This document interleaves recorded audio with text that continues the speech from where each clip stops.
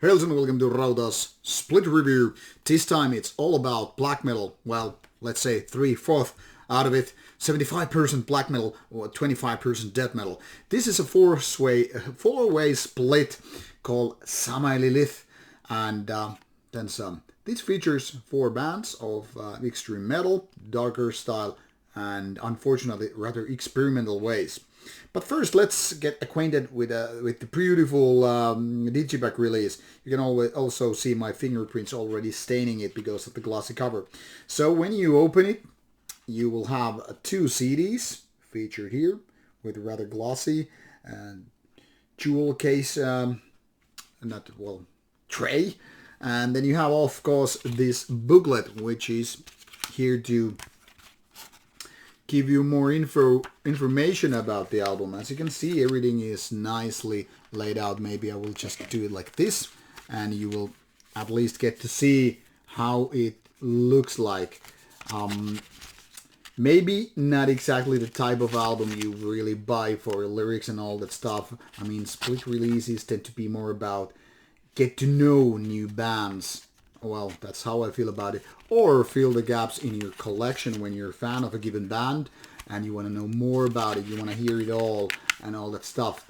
But be it as may, this package looks really solid and can't complain about it. I mean, everything here is just, looking nice. This is something that based on the package itself, this would definitely go into my collection. Now you're already wondering why. So why isn't it going into my collection? Well, I'll try to explain. First of all, let's go through these bands really quickly. Features Thy Darkened Shade as the first band on album 1, and then followed by Amestigon. That is Greek and Austrian black metal, if I don't remember incorrectly. Then it figures out with Inconcessos Lux Lucis from United Kingdom, if I recall correctly, and Sharumoth from Norway. Curious enough, Sharumoth, even though it's being this Norwegian band, doesn't really play black metal, but that's the most death metallic ones, which gets kind of complicated when they have songs which are like 9 or 11 minutes, not exactly your typical stuff. But there are other tracks which are that kind of weird as well. For example, if you look at the track list here, Inconcessos has like 3 instrumental tracks. That's a little bit of a weird way to do it, but hey, do each his own. Then you have also Amestigon with this track, which is almost 13 minutes. You might already guessed it. This is very, very experimental in nature in terms of what we are expecting from a black metal perspective or genre to begin with.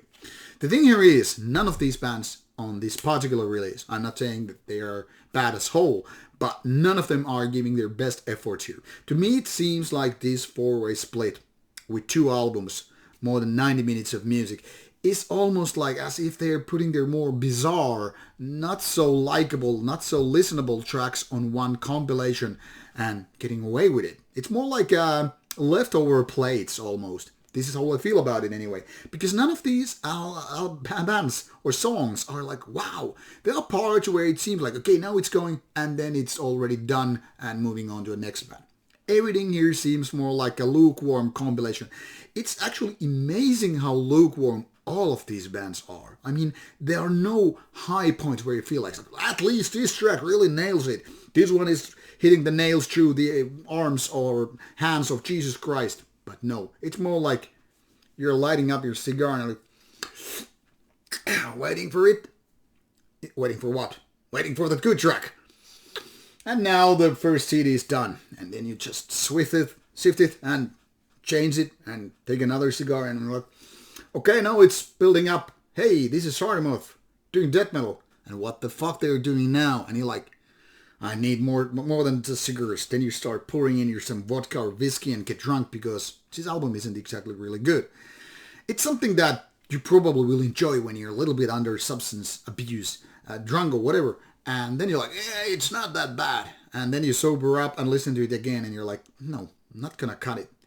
Now, I don't know what's the reasoning to release such a release anyway, because it's not really a good one. Maybe it's for collectors. Maybe it's for some people who want their black metal less extreme and more experimental. I don't know. It's not really like it's avant-garde-ish black metal compilation. It's more like just tracks that were left off from an album, and then you need some kind of a split or bonus release to put it out because you already spent your time and money to record those songs, but none of them are good enough, and I feel like I just spent time wasted here because I'm really kind of disappointed. I mean, I was expecting so much more, but then again, none of these bands are really the top tier bands you're referring when you're talking about black metal with your friends or comrades, so maybe that might be one of the reasons as well. I don't know, I don't want to be the hater here, but I wouldn't put my money on this. It's kind of a shame because I really love the cover, I like the package, and I like this kind of unusual approach. I mean, four-way splits are not very, very common. Never were, and nowadays even more rare thing to do. But this is waste of time and money, in my opinion. It's not bad, but still, who wants to listen to some lukewarm music and say, like, yeah, this totally nailed my night? Not me anyway. Maybe you will like this more than I will do.